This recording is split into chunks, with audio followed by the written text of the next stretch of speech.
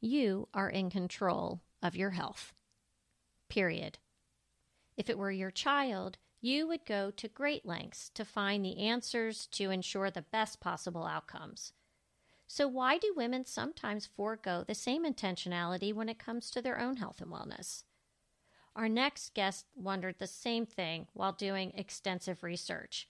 And let me tell you, this amazing 80-year-old 4'10" dynamo isn't finished making her positive mark on the world.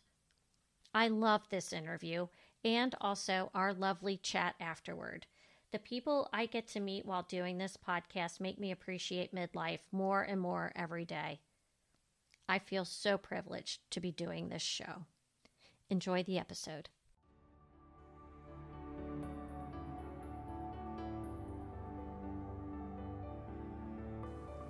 Health, wellness, career, relationships, and everything in between.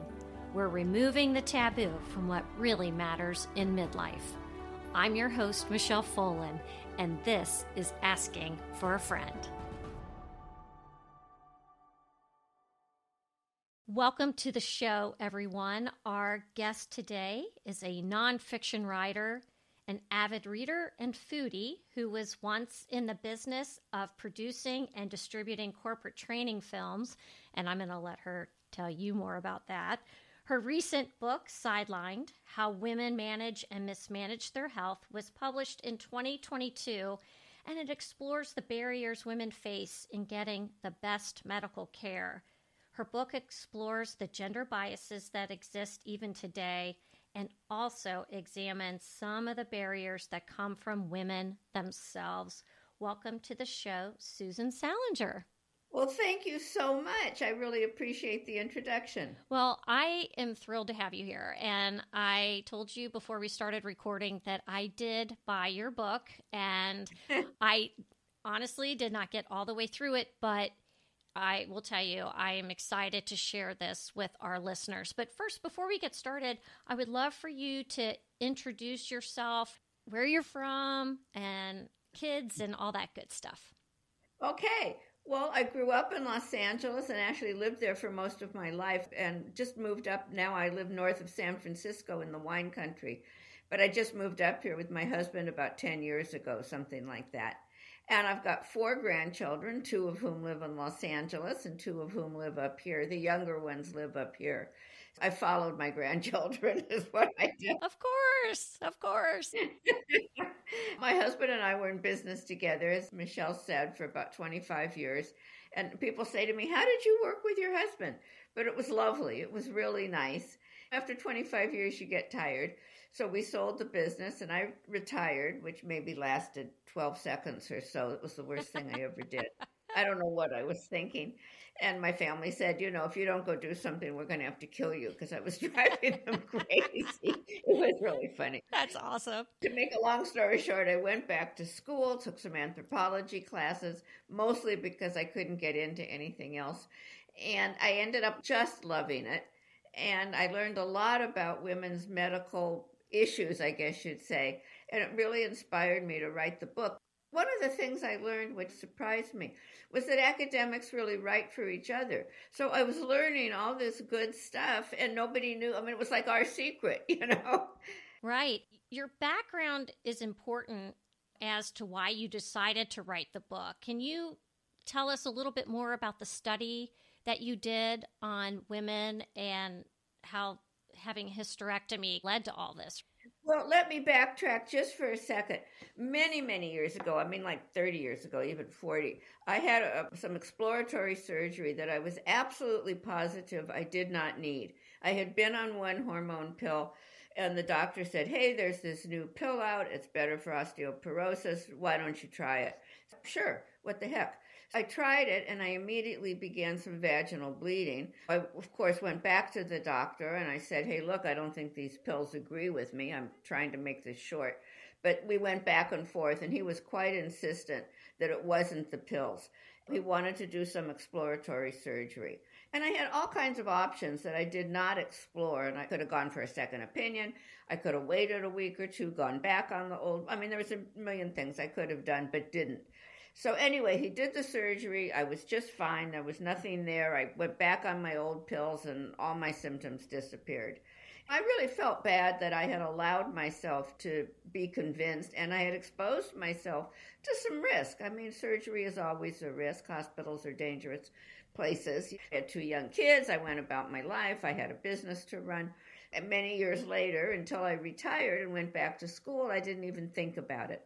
For one of my classes, my anthropology classes, I interviewed some women who had had hysterectomies. I can't remember why I chose that particular subject, but I did.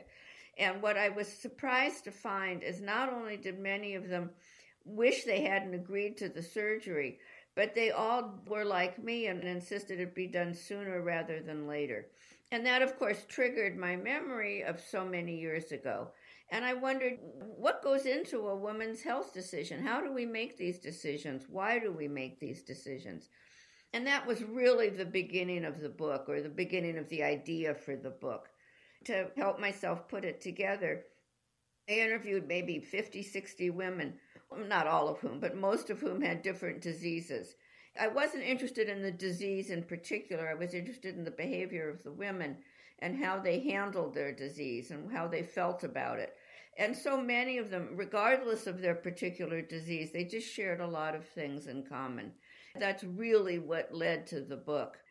As someone who had a hysterectomy a couple years ago, I can relate to this because you question that first doctor that says you need to have this done. Right, I did. Yeah, and I fortunately had a second doctor that confirmed it, so I felt a little better going into that, and my outcome was actually very positive, but that's not always the case.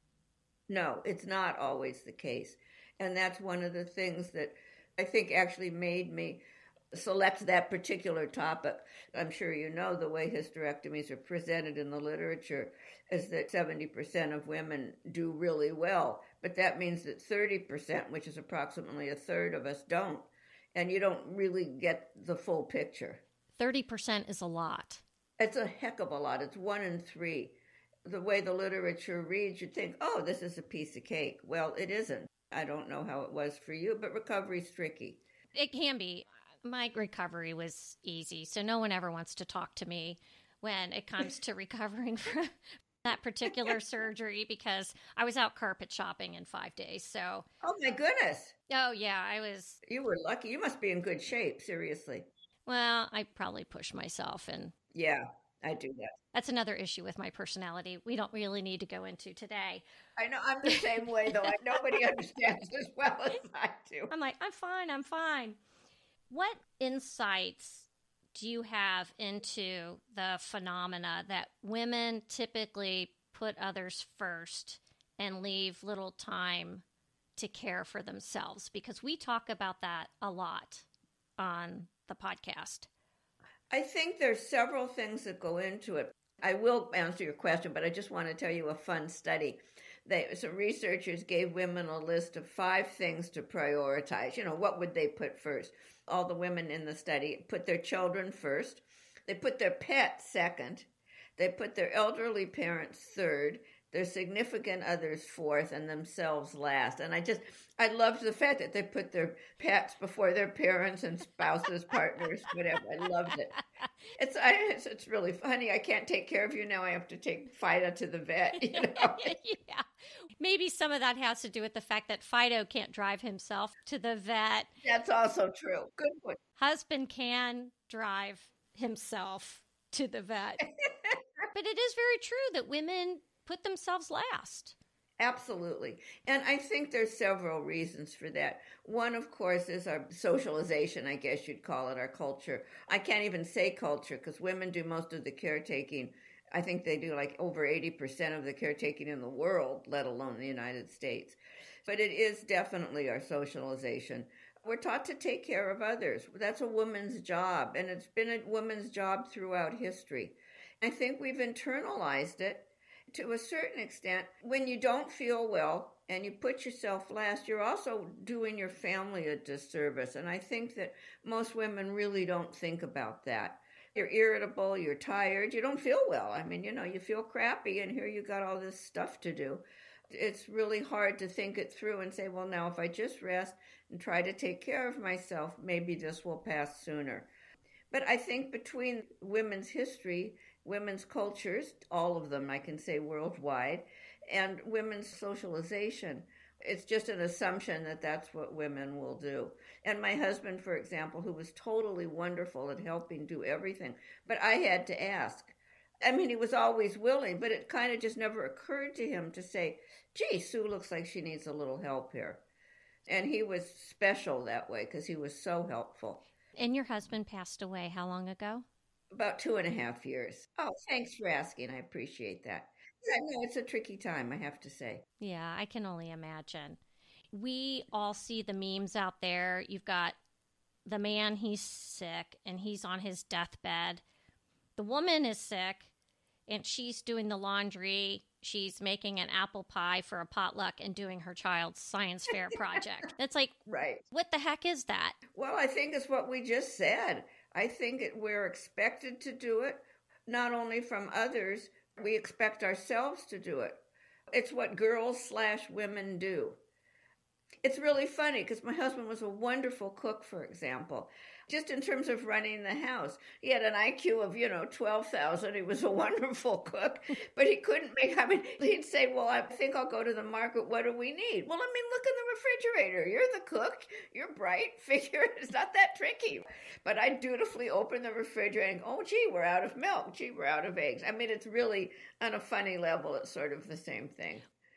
Because we start doing this at a very young age, maybe while we're dating or early in our marriages, it's hard to backtrack. Yes. Even once the kids are out of the house, we're still doing more than we really need to be doing. We need to be more aware, I think. It ends up that we're not doing what we need to do to take the best care of ourselves. Right. The problem with it is that as a result, we not only do ourselves a disservice, but we do, whether it's our family or whomever we're taking care of, we do them a disservice as well. And there's been some real interesting literature lately about how caregiving really does impact a woman's health. There's a lot of studies that women who are caregivers are much more prone to cardiovascular disease. In fact, there was an interesting study done, just the dermatologist gave women like a little punch biopsy. They just stuck something in their hand. And the women who were caregivers took much longer to heal than the women who were not caregivers. The stress really interfered. We're doing ourselves a disservice, even in terms of allowing our health to become that much worse. Well, and if we're not healing quickly, there's probably also a propensity for mental health issues as well. Yes, very much so.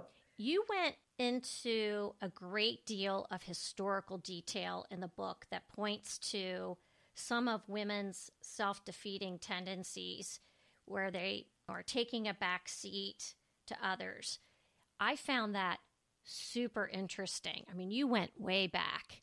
It's good stuff, too.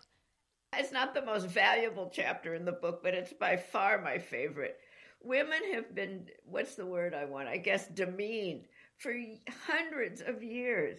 And it's universal. The Chinese called daughters maggots in the rice. I think it was the Dutch that said a house full of daughters is like a cellar full of sour beer. I mean, this goes way back. The Greek Hippocrates thought that a woman's reproductive system was the source of all of her issues. In fact, that's still sort of true today. We'll get into that maybe later. But women have just been blamed, our uterus basically, but our reproductive system is just the reason for our poor morals and our insatiable sexual appetites. I mean, it's just incredible, some of the stuff I found. Oh, yeah. How about hysterical? They call us hysterical. Oh, yes. Well, I'll give you hysterical, mister. You just wait. It's true. Yeah. And that really translates into today. Let me just do a sidebar for a moment. Women do still, even today, get not a hysterical diagnosis. The new code word today is stress. And so many women are told that their diagnosis is in their heads and it's due to stress. There's so many things that are unfortunate about that. But the primary thing, in a way, that's unfortunate about it is that women do suffer from stress more than men do. So on the one hand, you may think your doctor's blowing you off, but on the other hand, he may be, or she may be, absolutely accurate. It's really hard for the doctor and the patient to figure out whether that is indeed an accurate diagnosis. I think, too, women contribute to that, and this is definitely yet another sidebar, but it's the way we talk to the doctor, too. You know, when men describe their symptoms, they're very succinct. They list the facts, and they go in with the idea that this is a problem that the doctor and I are going to solve together. They're almost more stoic, too. They're short and to the point. Women aren't all the same, but many women don't do that, and I'm as guilty of it as anybody. I tell the doctor the whole story, and I tell him how I feel about it and how it's affected me, and sometimes I go into my feelings about it so deeply that the physical symptoms can get sort of lost and thrown to the wayside, and I think that we have to be careful of that, because by the time I'm finished telling them how stressed I am, I can see why I would get a diagnosis of stress. It's not off the wall. I think that that's something that we still get that diagnosis, and we have to be careful that we're not contributing to it.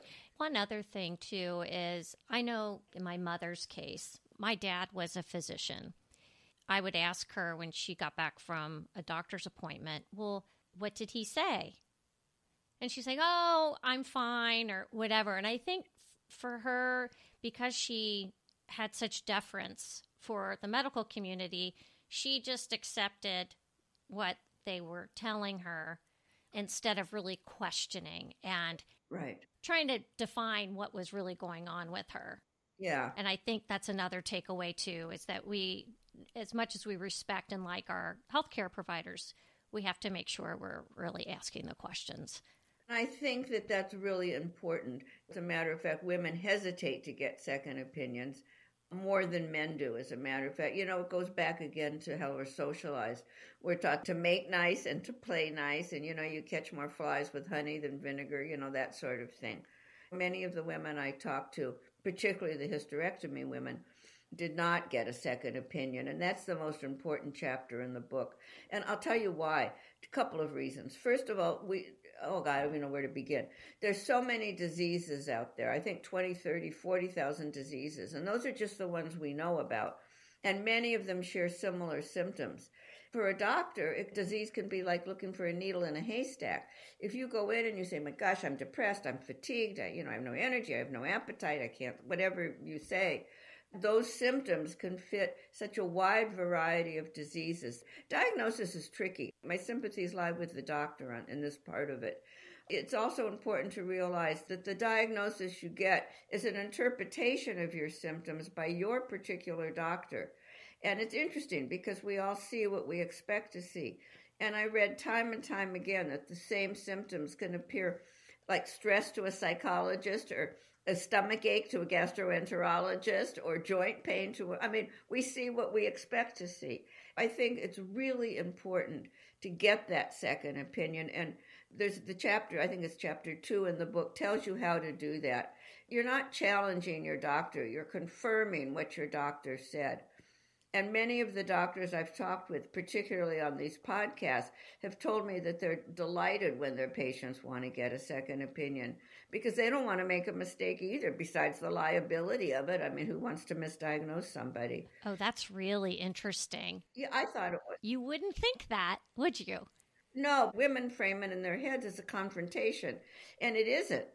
It really isn't. In fact, one of the things I always ask, how did you arrive at that diagnosis? What else could it possibly be, is the best question you can ask.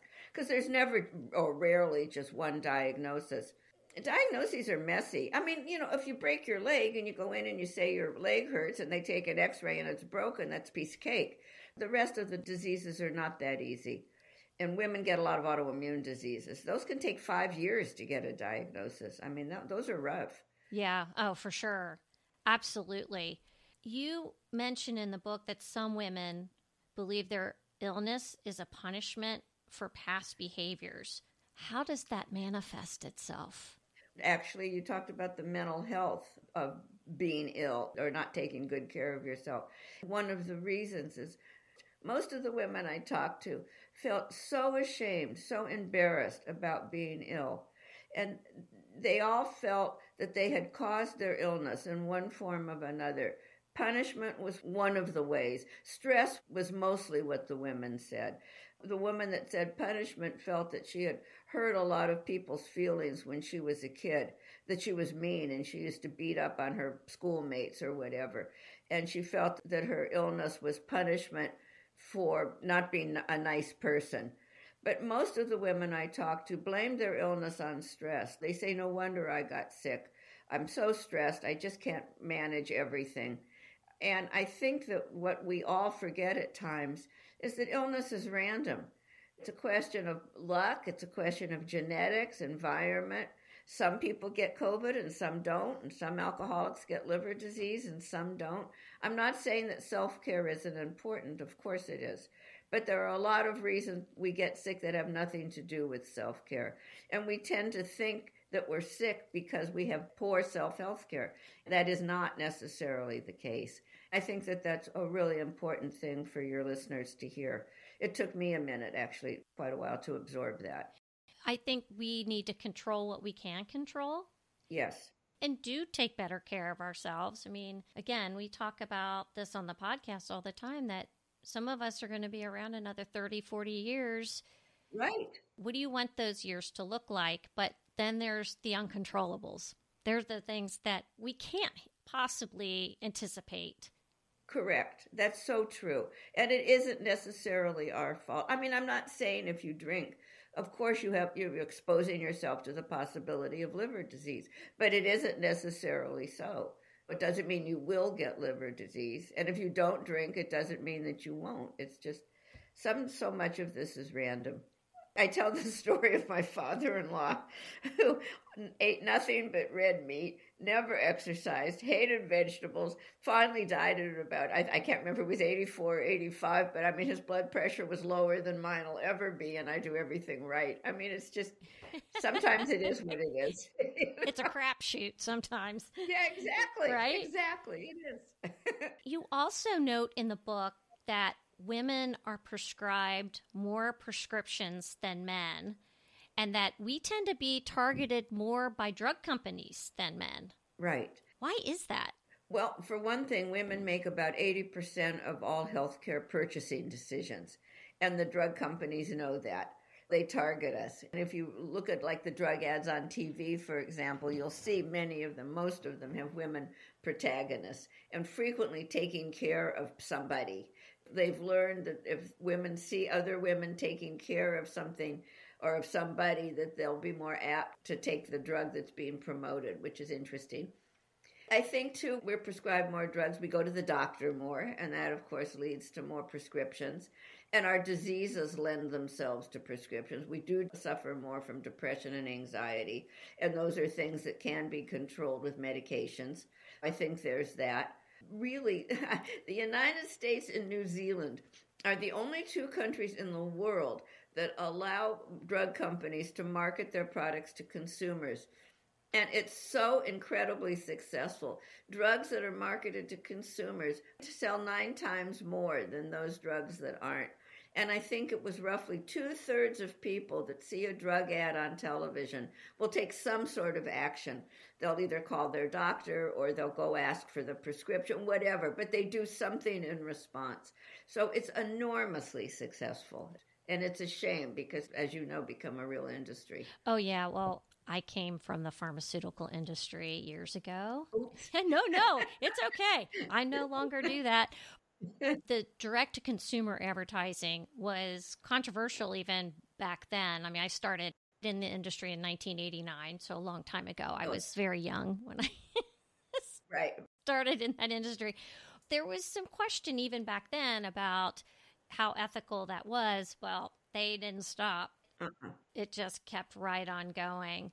Right. Here's the other thing, Susan, is that it's no secret that the drug companies invest far less in funding women's health issues through research than men's. Mm-hmm. And that seems to be weird, that the fact that they target us, but they're not putting as much money into research. Is that improving at all? Do you know? Yes. Let's see. That's a loaded question. There's still a lot less money given to women's diseases for research, I'm talking about, than men's. I mean, for example, prostate cancer gets a lot more research money than uterine cancer, cervical cancer, ovarian, and those are much more fatal, but the guys get the money. And women's researchers are published and get less research funds than male researchers. For example, if you're a woman researcher researching a woman's disease, you're more than likely going to find yourself at the bottom of the financial and publication barrel. There is that. But in terms of clinical trials, women are now being included much more. It's almost equal. It's not quite, it's almost equal. That piece of it has improved. But of course, we're still living with that unfortunate history because women were omitted for so many years that most of the drugs we're taking were only tested on males. Now, some of the newer research, as I said, does include women.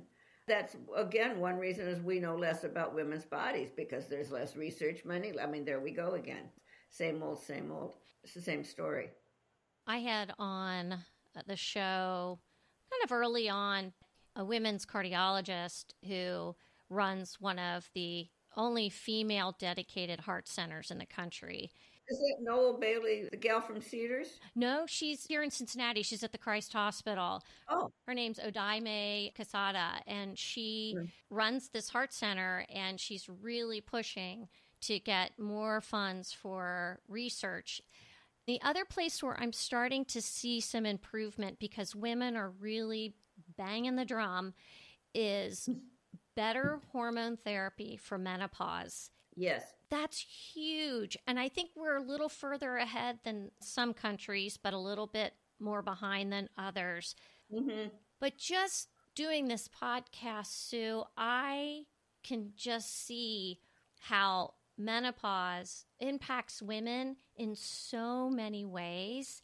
Yes. It gets brushed aside so often. Have you had any conversations with women in that arena, just around menopause? I did, and I actually did not include it in the book. I mean, I had to start cutting. It was interesting for me, and I agree with everything you just said. I want to preface what I'm going to say with the fact that you're absolutely right. Now that I've said that, I had the most trouble getting women to interview on the menopause chapter, which is the chapter I didn't include. I mean, I had no problems whatsoever finding women to interview. I had horrible problems finding women to tell me about menopause. They kept saying they didn't have any problem. And I had really had an easy menopause. At the time, I thought to myself, oh, well, why is everybody talking about menopause? I didn't know. I mean, now, of course, I do. My own children have had a very difficult time with menopause. One woman did say to me that she thinks one of the problems that is attached to menopause is that it's a very difficult time in life because frequently for women, depending of course upon your age, it's children are leaving home, parents are growing older. With this particular gal, her kid was going off to college, her mother had just had a stroke. I mean, so it was hard for her to sort out her depression. She didn't know if it was hormonal symptoms or just real, I don't want to say real, that's a horrible word, but whether it was symptoms from the mother and the kid or whether it was symptoms from menopause. She didn't know where her depression came from. I don't know much about menopause. In fact, there's a wonderful book out, and I can't think of the name of it, by Jennifer Guntner, the gynecologist. It's called, it's something with menopause in the title. And I think that's going to be my next, I'm going to do something with it. One of the things I found, and I don't know if it's still true, it took me about 10 years to write this book. And in the 10 years, as I was writing the menopause chapter, menopause symptoms vary from culture to culture. For example, Japanese women do not get hot flashes particularly. They get stiff necks. Women in the Yucatan never have hot flashes. They have, I don't know, I can't remember anymore, but the symptoms do differ. Women in Korea have something else. And I don't know if that's still true, but at least it was true years ago. At the time, they didn't quite know why. That's going to be my next deal. I can't wait to delve into that and see what's going on. Okay, that is super interesting. You just got me all excited. I know. I mean, we could dissect this because you think about dietary differences, genetics, environment. Yes. There's a lot of things there that we could unpack in terms of reasons why menopause symptoms or even perimenopause symptoms are different. Yes. At the time, they thought it probably wasn't diet. I'm not sure I agreed with that. But I think it's all those things coming together, as you suggested. The researchers were talking about local biologies, that even though menopause is biologically universal for women, depending on your locale, I guess, the symptoms can differ. And if that's still true, I don't know, because so much of the world now has become westernized too. Anyway, isn't that fascinating, though? Oh, it's super fascinating. I now look back retroactively and understand now that my inability to get a full night's sleep, some of that stress and anxiety that I was feeling, all that stuff was perimenopause, but I didn't know that until, honestly, I started doing this podcast. Right.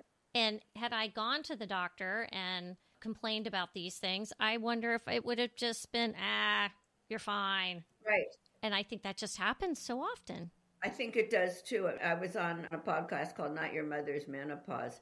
We were talking about that. When I went into menopause, my mother had died very suddenly. She died and I stopped menstruating. So I don't know, like the woman I told you about, I don't know what I was feeling either. I didn't know. Yeah. I know more now than I did, And I have to say, just for those of you that are going through it, because I am older, I love being in menopause. I am done with menstruating. I mean, I was one of those, my periods were always irregular. I'd get it the minute we went on vacation or the day I wore white pants, and I had no way of knowing this. This is the best thing that's ever happened to me. Yeah, I have to admit the hysterectomy wasn't all that bad, except it happened after I was all finished. Never got that benefit. I did have another comment about your book. Well, two things. There was a section that you called medical crosstalk. You point out the differences in using real medical terminology versus layman's terms. Can you talk about that a little bit? Well, I think that plugged right into women's shame. The study I think I referred to, I'm trying to think back, there were two groups of patients or something, or women, and one was told they had a sore throat and the other was told they had a sore throat with the technical name, whatever it was. And the women who got the technical name felt better because to them that meant they were really sick, that they weren't just whining and complaining. And the women who got, well, you just have a cold, or you just have a sore throat, or you just have a stomach ache, they felt that the doctor was blowing them off, that he didn't or she didn't feel that the patient was really sick, and they felt embarrassed and ashamed. And I think that doctors and patients need to learn a little bit to talk to each other. One of the statistics that really blew me away was that, I'm trying to think, 15% of patients, not just women, but patients, leave the doctor's office understanding what was said. That means that 85% of us leave the office without understanding what's been said. That was mind-boggling to me.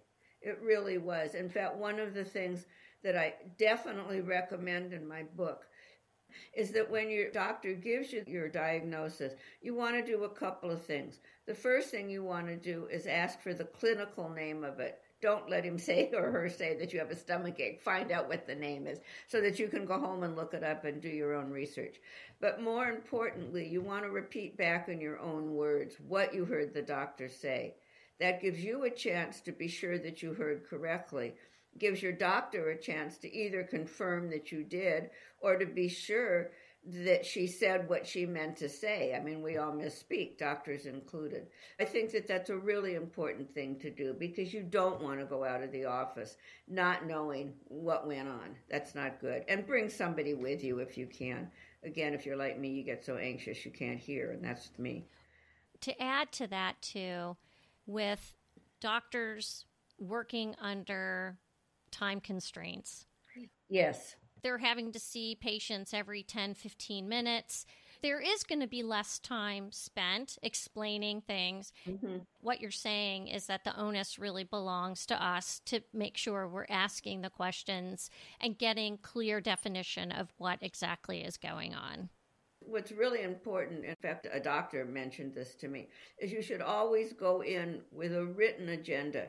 Don't have an agenda in your head because, again, I get anxious. When I'm there, I can't think. Whether you put it on your phone or a piece of paper doesn't. Although actually a piece of paper is better, and I'll tell you why. You put your agenda down and you list it in terms of what you think is important first. And this doctor mentioned to me that she loves it when people come in with a list, and she takes a look at the list because then she can prioritize it. She was saying that what happened to her once, and she's never forgotten this, is the patient came in, went through their whole list, and then as she was leaving the room, which is something you never do, the patient said, well, incidentally, I've got this mole on my back. And she said that was the most important symptom the patient had. So, of course, she turned right around. But she said if she had been handed the list, she would have seen mole, and she would have gone to that first and been able to spend more time with it. She felt that the list was a very valuable thing for both the patient and the doctor. Keeps you both on track. And I thought that was a really interesting way to put it. That is a great story and great advice. And that happened to me. Did it? This is years ago. I went to the dermatologist for acne, for adult acne. And as he was finishing up, he was getting ready to walk out the door. And I said, oh, hey, I've got this mole on my back. And my dad thought you should take a look at it. And he's like, that's got to come off. It was cancer. Sure. I lucked out, but again, to your point, I love the idea of writing everything down so you don't forget anything, too. Exactly. Great advice, Sue. I would like to know, are there any other tips or tricks, anything that you would like to mention to the listeners? Because I do want to mention Sue's book is a great reference guide. There's some wonderful references in here that I think everybody would love to have. Is there anything else you would want to share? Yes, actually, a couple things. Number one, for those of you that do decide to buy the book, there's a great resource list in the back. And in some ways, that's more important than what's in the front, because I think it's so important for patients, not just women, but for men and women, to do their own research. That's why I always ask, as I think I said, for the clinical name of my disease. I go home and I look it up. Now, does this fit me? What else can I find? In fact, I'll tell you an interesting story, just again as a small sidebar. I never have arthritis. I'm one of those lucky people, and I just don't have any pain. So I woke up a couple mornings with pain in my thumb, and it lasted for a week or two, and I began to get concerned. I don't know. I weightlift, and it was interfering with my weightlifting. I go to the thumb doctor because part of me thinks I probably have thumb cancer or something because I'm neurotic that way. And I said, listen, she said, well, you have arthritis. I'll give you something for the pain. And she gave me something. It was no big deal. But I said, you need to know my husband died recently and I'm on Lexapro for depression. Does the medication you gave me interfere or interact in any bad way with the Lexapro? And she said, no, you'll be just fine. So, okay, I go home and I look it up because I wrote this book and now I know that's what you're supposed to do. She was mostly right. The medication doesn't interfere with the Lexapro, except that 1% of the people have a greater chance of a brain bleed. And so I'm thinking, I've got a sore thumb. If you're the 99%, that's great. If you're the 1%, I'd rather have a sore thumb. I'm a brain bleed, sore thumb. I mean, easy choice. I threw out the meds and my thumb healed. I lived healthily ever after. But the point is, you got to do your own research. And the resource list at the back of the book is organized so that you can. It tells you how to look up medications, how to find where your doctor was trained. Is your hospital a good one? I mean, if you're having a heart problem, you want to go to a hospital that specializes in cardiology. Others will specialize in neurology. I mean, it kind of depends where you go. It sounds like you have a good one there in Cincinnati for sure. Oh, yeah, we do. So I think that's really important to please look at the resource list. And I think the most important message of the book, I really wanted to leave women with this, is it's our bodies and we have to be in charge of it. I will never again allow myself to go into a hospital until I have thoroughly researched it, and I'm convinced that that's the best path to follow. And I'll talk it over with my doctor. I don't mean I'm going off on my own. But as I said in the beginning, I could have gotten a second opinion. I could have gone back on the old medication and waited a week. I wasn't going to die in 24 hours. I mean, it was silly. There were so many things I could have done that I didn't do. And if I had gone home and done my research, which I didn't, I was scared too, it would have prevented what turned out to be an okay ending, but it could have gone the other way. I had anesthesia. That's dangerous. Yeah. So I think it's so important to do your research, take charge yourself so that you're absolutely clear on what your diagnosis is, what the treatment is that the best treatment, whatever. You'll be surprised, like with me and my thumb. You'll be surprised at information you find. You have to weigh the benefits and the risks, which is what I did with my poor thumb. And meanwhile, my thumb's fine, and so is my brain. Thank goodness. Yeah, right. Because I'm really glad you were here with us today. Well, thank you. Yeah, really. I would love for you to tell people how they can find you and your book. You can find me at my website, susansalenger.com, and that's Salenger. It's a peculiar spelling, but there it is. And the book is available on Amazon or anywhere books are sold. And if they don't have it, they can order it, but it's in most bookstores. It's easy to find. Okay, and I'll put all that in the show notes. And then one last question I have for you. Sure. What's next for you? Are you working on any other projects? I think maybe menopause. Okay. I want to look at the cultural differences and see if I can figure out what's going on. I'm not a scientist. I'm really interested in behavior, but I'm also interested in cultures and different symptoms, and it fascinates me still, and I remember it from 5-10 years ago. I got to do something with that. I don't know if it's a book or an article, and I'm also interested in the shame that women feel. I want to maybe do something with that. Well, when you finish this project, will you come back to the show and talk about it? I promise. I would love to. Oh, wonderful. Sue Salenger, thank you so much for being here today. Well, and thank you for having me. I really appreciate it. Oh, you're welcome.